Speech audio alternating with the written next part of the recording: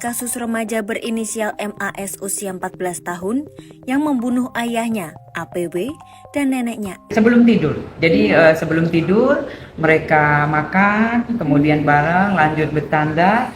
Dia masih ketawa, jadi tidak menyangka akan terjadi hal yang kita lihat bersama.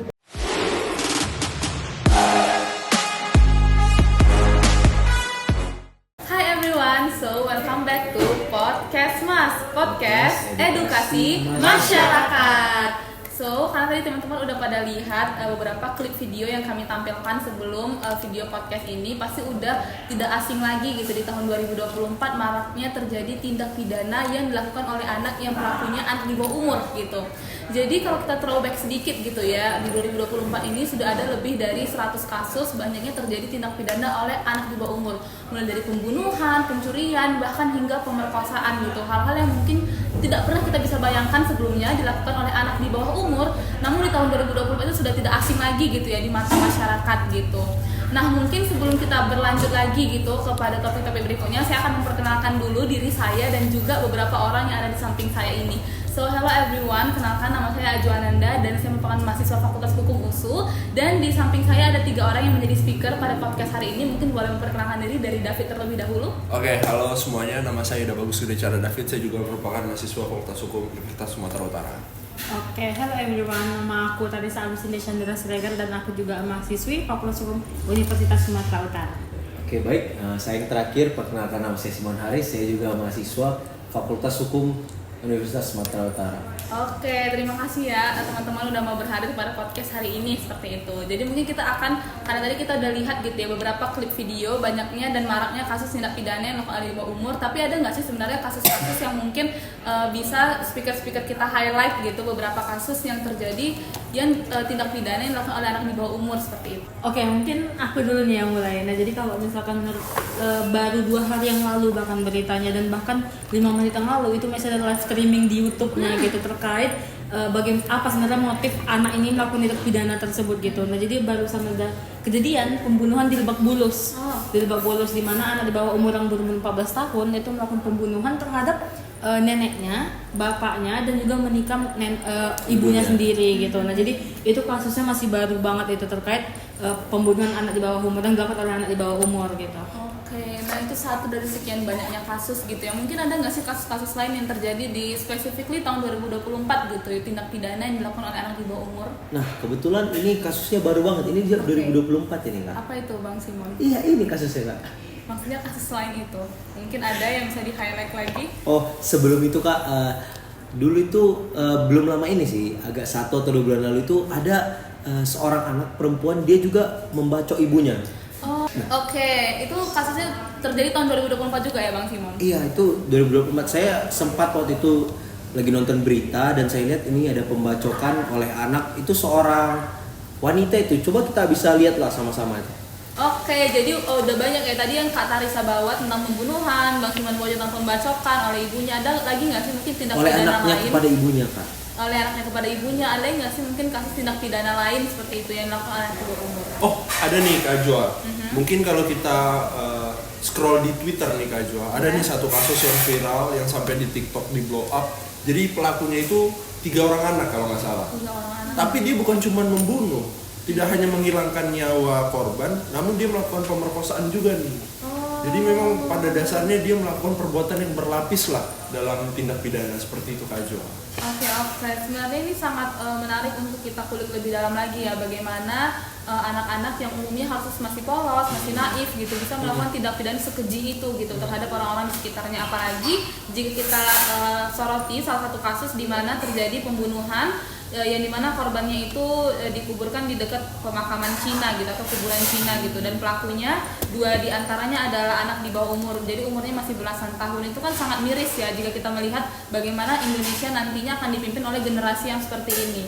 Tapi kembali lagi ada salah satu komen yang cukup menarik gitu kita lihat di YouTube channel, di mana mungkin komennya bisa dibacakan oleh Kak Taris. Oke, jadi mungkin ini komen dari salah satu tayangan berita yang tadi di Lebak Bulus itu. Nah, jadi mungkin anak yang melakukan pembunuhan itu masih berumur 15 tahun. Nah, jadi kalau kita mengacu pada undang-undang SPPA, Sistem Peradilan Pidana Anak, anak itu dikategorikan sampai berumur 14 tahun gitu. Oke, bener banget. Ini mungkin tadi tuh aku tuh ada ngebaca salah satu komen dari tayangan video YouTube berita terkait anak yang melakukan pembunuhan di Lebak Bulus, di mana melakukan pembunuhan terhadap nenek, ayah dan juga ibu. Nah, jadi komennya itu mengatakan pentingnya mendidik anak dengan nilai-nilai keagamaan sejak dini. Faktor lingkungan juga berpengaruh pada kondisi mental anak. Gangguan mental bisa membuat manusia menjadi monster. Benar kata psikolog di atas bahwa faktor kesepian juga sangat berpengaruh pada mental. Nah, jadi kalau kita berkaca pada komen ini, memang kalau misalkan anak menjadi pelaku tindak pidana tentunya itu biasanya kuranglah nilai-nilai agama yang ditanamkan oleh kepada anak itu sendiri gitu, dan juga mungkin dari faktor lingkungan gitu ya juga ya. Jadi kenapa anak ini bisa melakukan tindakan semacam ini ya, karena mungkin dari faktor lingkungannya kurang diajari, sosialnya gitu ya, mungkin kurang diajari atau gimana. Itu pastinya jadi pembahasan yang menarik juga gitu kalau menurut aku gitu. Oke, benar banget Kak Taris atas pendapatnya. Karena tadi sebelum kita take video untuk podcast juga, sebenarnya aku ada sedikit baca-baca terkait dengan penelitian dan juga survei di mana ternyata banyaknya terjadi faktor tindak pidana yang dilakukan oleh anak di bawah umur. Salah satu faktornya itu adalah pengaruh media gitu, di mana yang kita tahu di tahun 2024 ini sudah kencang banget globalisasi di Indonesia, di mana akses internet juga bisa dilihat oleh anak-anak di bawah umur, tidak terpatok umur, misalnya harus 17 tahun ke atas seperti itu. Kalau misalnya pendapat mungkin dari narasumber lain, bagaimana terkait hal ini? Oke, thank you nih Kak Jo buat sedikit highlightnya. Kalau kita misalnya berkaca kepada eksistensi daripada media sosial nih hari ini, memang semua informasi bahkan sampai yang tidak terfilter pun bisa kita akses gitu ya. Dan kalau kita merujuk pada subjek hukumnya anak-anak gitu ya, memang pada dasarnya yang kita lihat pengaruh media ini sangat besar bagi mereka. Banyaknya tontonan, kemudian banyaknya tayangan yang ditayangkan ataupun diperlihatkan di sosial media dan tidak mengenal batasan umur, kemudian memicu mereka gitu untuk kayaknya ini menarik nih. Kalau kita tadi berkaca kepada tadi satu kasus yang mungkin aku highlight terkait dengan tidak hanya pembunuhan, namun juga ada pemerkosaan. Karena pemerkosaan itu kan juga termasuk sebagai tindak pidana ya. Nah, kenapa anak-anak sekarang lazim atau bisa untuk memperkosa gitu? Bukan hanya memperkosa tapi juga kemudian membunuh. Ya itulah yang kita dasari tadi mungkin kepada gangguan terhadap psikologi mereka gitu. Mereka yang mungkin addicted atau kecanduan menonton tayangan yang tidak pantas, yang kemudian mempraktikkan itu namun dengan nafsu yang sesaat gitu. Kemudian tidak hanya melakukan pemerkosaan namun juga tujuannya adalah mengakhiri nyawa seseorang gitu Kak. Dan korbannya anak-anak. Kalau itu menurutku pengaruhnya media yang bisa impact kepada anak-anak untuk menjadi bagian dari pelaku tindak pidana. Menurut Bang Simon gimana nih? Tadi ini berkaitan dengan yang dikatakan Bang David juga di sini. Saya ada menemuin satu komen juga nih yang dimana bahwasannya banyak masyarakat ini yang setuju mengenai bahwa anak-anak ini harus tetap dihukum atas tindakannya. Oke, nah jadi sebenarnya faktor lingkungan, faktor pendidikan dan juga faktor media itu berpengaruh ya dengan sangat berpengaruh gitu terhadap mental seorang anak sampai dia bisa melakukan perbuatan keji yang seperti tidak bisa kita bayangkan dilakukan oleh anak sekecil itu gitu. Nah mungkin kita sudah beralih dari faktor, kita mungkin ingin berkaca. Ada tuh Kak lagunya Kak kalau boleh. Ini Bang Simon, anak sekecil itu berkelahi dengan waktu. Thank you. Thank you. Nah teman-teman, jadi tadi kan kita udah bahas nih ya terkait dengan faktor-faktor bagaimana sih hingga seseorang itu anak di bawah umur bisa melakukan tindak pidana seperti pembunuhan dan juga pelecehan seksual gitu. Nah mungkin karena kita ada juga merupakan podcast untuk edukasi masyarakat gitu kan, dan kita juga dari latar belakang hukum semua, sebenarnya bagaimana sih pemerintah Indonesia membentuk suatu political will yang tercermin dalam undang-undang terkait dengan hukuman gitu terkait dengan anak-anak yang melakukan tindak pidana namun pelakunya anak di bawah umur seperti itu. Oke, mungkin sini aku mau ngasih pendapat juga. Mungkin tadi follow up dari pernyataan Bang Simon gitu. Jadi tadi ada salah satu komen di YouTube yang mengatakan walaupun yang melakukan tindak pidana itu anak-anak harus tetap dihukum. Oke, jadi di Indonesia itu ada salah satu produk hukum atau undang-undang SPPA yang namanya Sistem Peradilan Pidana Anak. Nah, jadi itu tuh mengatur terkait seluruh aturan yang bagaimana sistem peradilan pidana anak ini gitu. Nah, jadi tadi mungkin ada salah satu komen yang menyatakan kayak anak yang melakukan tindak pidana harus tetap dihukum gitu, karena di Indonesia sendiri dalam praktiknya itu kalau kita tuh mengenal dengan restoratif justice gitu. Di dalam undang-undang SPPA jika anak melakukan tindak pidana maka kita harus melakukan dengan pendekatan restoratif gitu, pendekatan keadilan gitu kan. Nah jadi untuk mencapai hal itu makanya ada diversi. Nah diversi inilah biasanya digunakan untuk mencari perdamaian di antara pelaku dan juga korban gitu atau keluarga korban gitu kan. Nah hal ini dikarenakan mungkin ada menyinggung political will juga gitu, dikarenakan anak ini kan mungkin masa depannya masih panjang ya tentunya gitu. Nah jadi dengan anak di bawah umur mungkin dia belum cakap secara hukum, belum sadar apa tindakan yang dia lakukan. Nah jadi pemerintah ingin memberikan kesempatan gitu untuk mereka gitu. Jadi supaya karena masih di bawah umur juga masih belum sadar apa yang dia lakukan, jadi adanya diversi ini untuk mencapai perdamaian antara pelaku sama korban gitu. Cuman pastinya menimbulkan pro dan kontra juga di masyarakat jika memang tindak pidana itu yang dilakukan semacam pemerkosaan dan juga pembunuhan gitu. Dan walaupun itu anak-anak tapi dengan tindak pidana yang sebesar itu yang dilakukan tentunya kan mungkin masih anak-anak aja dia melakukan seperti itu, bagaimana jika dia sudah dewasa gitu kan. Nah jadi itulah menimbulkan pro kontra akibat penerapan restoratif justice dan juga diversi dalam tindak pidana yang dilakukan oleh anak-anak gitu Kak Jo. Oke, terima kasih banyak Kak Taris. Nah, jadi mungkin jika kita simpulkan gitu sebenarnya memang sudah ada regulasi yang dikeluarkan oleh pemerintah untuk mengatur dan juga mempidana anak-anak yang melakukan tindak pidana walaupun pelakunya adalah anak di bawah umur. Namun kenyataannya pada praktiknya penegak hukum itu lebih sering untuk mengimplementasikan restoratif justice dan juga diversi gitu kepada para pelaku tindak pidana yang dilakukan oleh anak di bawah umur gitu. Nah, mungkin sebelum kita masuk ke step selanjutnya teman-teman, kita bakal nampilin dulu bagaimana sih sebenarnya pendapat dan juga opini dari mahasiswa Fakultas Hukum terkait dengan hal ini. Jadi mungkin boleh ditonton dulu. Oke, halo. Pada pagi hari ini kita bersama kakak siapa kak? Kenalin, nama aku Hidayati Azmur. Oke, panggilannya? Aku biasa dipanggil Dairi. Dairi. Oke, nah mungkin sebelum mulai aku mau nanya beberapa pertanyaan nih kak. Kakak pernah nggak sih kayak dengar kasus kekerasan seksual atau pemerkosaan bahkan pembunuhan yang dilakukan oleh pelakunya itu anak-anak gitu kak? Pernah, dan kayaknya kira-kira ini lagi banyak juga nggak sih kak, kayak kasusnya kayak yang lagi ramai tuh kasusnya Nia Kurniasari kalau nggak salah. Oh iya, kasus Nia itu juga memang ramai kali bahkan sampai dibuatin lagu ya. Oke, nah mungkin aku mau nanya nih kak. Jadi sebenarnya kalau misalkan di hukum gitu kan ada namanya undang-undang untuk mengatasi tindak pidana yang dilakukan oleh anak gitu. Nah biasanya kalau misalkan kasus dilakukan oleh anak itu adanya restoratif justice. Jadi lebih ke perdamaian gitu. Menurut kakak itu gimana sih kak? Menurut aku kurang efektif sih. Tapi kalau misalnya itu udah disertai dengan kayak terapi untuk anak tersebut yang menjadi pelaku, aku rasa mungkin ya masih bisa dibenahi, walaupun aku rasa dari baik keluarganya sendiri, pihak keluarga kurang berkenan kalau misalnya aku ya sebagai posisinya. Tapi kalau misalnya itu memang menjadi hal yang bakal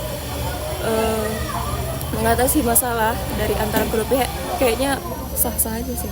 Oke, berarti kalau kakak pribadi sebenarnya masih bisa dibenahi walaupun kakak juga kurang setuju penerapan itu, tapi kalau selagi ada kesepakatan antara pihak berarti nggak apa-apa gitu ya kak. Oke, mungkin sekian aja dari saya, makasih atas keluangan waktunya ya kak. Oke Bang Robel, pertanyaan kedua nih Bang. Tahu nggak sih Abang sebenarnya kalau bicara soal tindak pidana yang dilakukan anak itu sebenarnya sudah ada sistem peradilan yang mengatur. Tapi umumnya dalam implementasinya itu diberlakukan restoratif justice. Menurut Abang gimana tuh Bang? Menurut saya restoratif justice itu perlu karena sesuai dengan KUHP baru yang akan diimplementasikan, bahwa KUHP lama itu cuman untuk secara sederhana itu untuk ajang balas dendam seperti itu. Makanya KUHP muncullah KUHP baru. Akan tetapi dengan adanya restoratif justice untuk menghukum pelaku kekerasan seksual terhadap anak, itu menurut saya tidak adil, kurang adil menurut saya. Perlu ditegakkan hukuman yang seadil-adilnya, setinggi-tingginya untuk pelaku kekerasan seksual terhadap anak. Halo semuanya, jadi sekarang kita lagi ketemu sama mahasiswa Fakultas Hukum USU. Namanya siapa Bang? Dava Kak. Oke, jadi kita bakal sedikit-dikit tanya Dava tentang tindak pidana yang dilakukan oleh anak di bawah umur. Nah, Bang Dava sendiri pernah nggak mendengar suatu tindak pidana misalnya kayak pelecehan seksual atau pembunuhan yang pelakunya adalah anak di bawah umur? Pernah Kak. Nah, menurut Bang Dava sendiri nih, kan di Indonesia sebenarnya udah ada hukum yang mengatur terkait tindak pidana yang pelakunya anak di bawah umur. Tapi biasanya penegakan hukumnya itu menggunakan restoratif justice, jadi tidak menggunakan pidana gitu. Nah, pendapat Bang Dava sendiri terkait hal ini itu seperti apa, Bang? Kalau pendapat saya sendiri itu ya pastinya saya tidak sepakat. Kenapa? Ya karena anak-anak yang di bawah umur ini bisa aja lepas dari jeratan hukum atau tindak kekerasan yang telah diperbuat dia. Seharusnya terlepas dari umur yang telah melakukan, dia harus mempertanggungjawabkannya dari hukumnya maupun untuk kedepannya. Oke, terima kasih banyak ya Bang Dafat. Oke, nah jadi tadi udah kita lihat ya banyak sekali pro kontranya dari mahasiswa Fakultas Hukum di USU gitu, bagaimana terkait dengan implementasi restoratif justice terhadap tindak pidana anak yang melakukan anak di bawah umur. Ada yang mengatakan bahwa kayak oh ya walaupun mereka anak di bawah umur tapi tindakan mereka itu tidak mencerminkan umurnya, sudah seharusnya mereka dipidana. Namun ada juga yang merasa bahwa masa depan mereka masih cukup panjang gitu untuk mendapatkan tindakan pidana atau mungkin pembalasan gitu ya, karena tidak mengimplementasikan restoratif justice gitu. Tapi kalau misalnya menurut narasumber kita yang lain gitu, mungkin Bang Simon dan juga Bang David, bagaimana sih terkait praktik dan juga regulasi tentang tindak pidana anak di bawah umur? Oke, di sini saya setuju ya dengan restoratif justice kepada tindak pidana anak di bawah umur. Karena saya ngerasa memang pengaruh anak-anak ini tadi ya udah disebutkan juga dari mentalnya atau dari lingkungan, dia pengaruh didikan orang tuanya sendiri yang membuat dia jadi seperti itu. Jadi saya rasa kalau misalnya anak ini langsung dipidana tapi tidak dilakukan RG, nanti masa depan anak ini malah lebih hancur. Karena saya yakin anak, apalagi umur 14 tahun yang tadi 40, itu masih panjang dia perjalanannya. Otomatis dia masih bisa dididik dan bisa dibina lah, jadi lebih baik ke depannya. Oke, terima kasih banyak Bang Simon. Kalau dari Bang David sendiri? Oke, kalau tadi Bang Simon dan Kak Taris itu sepakat untuk melakukan RJ, aku agak sedikit berbeda nih Kak. Mengingat kalau kita melihat pada unsur tindak pidana yang dilakukan, pada dasarnya itu kan menghilangkan nyawa seseorang. Coba kita berkaca atau bergerak kepada bagaimana memulihkan hak korban sebagaimana penegasan dari restoratif justice. Bagaimana kemudian penanggulangan upaya pidana itu dengan pemulihan hak korban. Bagaimana korban yang sudah meninggal itu? Bagaimana haknya dipulihkan? Itu menjadi pertanyaan mendasar yang sebenarnya bisa menjadi pro dan kontra ya, menjadi perdebatan yang cukup serius karena menurut saya kita juga berkaca kepada hak asasi manusia, di mana undang-undang itu juga mengatur bahwa manusia itu diberikan hak mutlak untuk bisa hidup, untuk bisa berkembang. Sebagaimana anak-anak yang sebelum dia menjadi seorang pelaku, dia diberikan kebebasan untuk bertumbuh, untuk berkembang. Namun kendalanya tadi disinggung Bang Simon, ada kendala mental, kemudian lingkungan, afeksi daripada orang tua, pengaruh media. Itu yang kemudian menghambat perjalanan perkembangan mereka untuk lebih melakukan tindakan yang tidak sesuai dengan undang-undang yang berlaku, seperti itu. Jadi bagi saya pribadi adalah ketika kita bicara soal RJ, meskipun statusnya anak-anak, tapi kita harus berkaca kepada bagaimana memulihkan hak korban. Kita tidak bisa memulihkan hak korban, kita tidak bisa meminta keluarga korban untuk memaafkan kita tanpa adanya proses. Dan menurut saya upaya yang perlu dilakukan adalah bagaimana dengan pemantauan juga, gitu, pengawasan terhadap para pelaku yang tergolong masih anak-anak gitu loh, Kak Jo. Jadi tidak menghilangkan unsur pidana yang dikenakan kepada mereka sebagai pelaku. Seperti itu.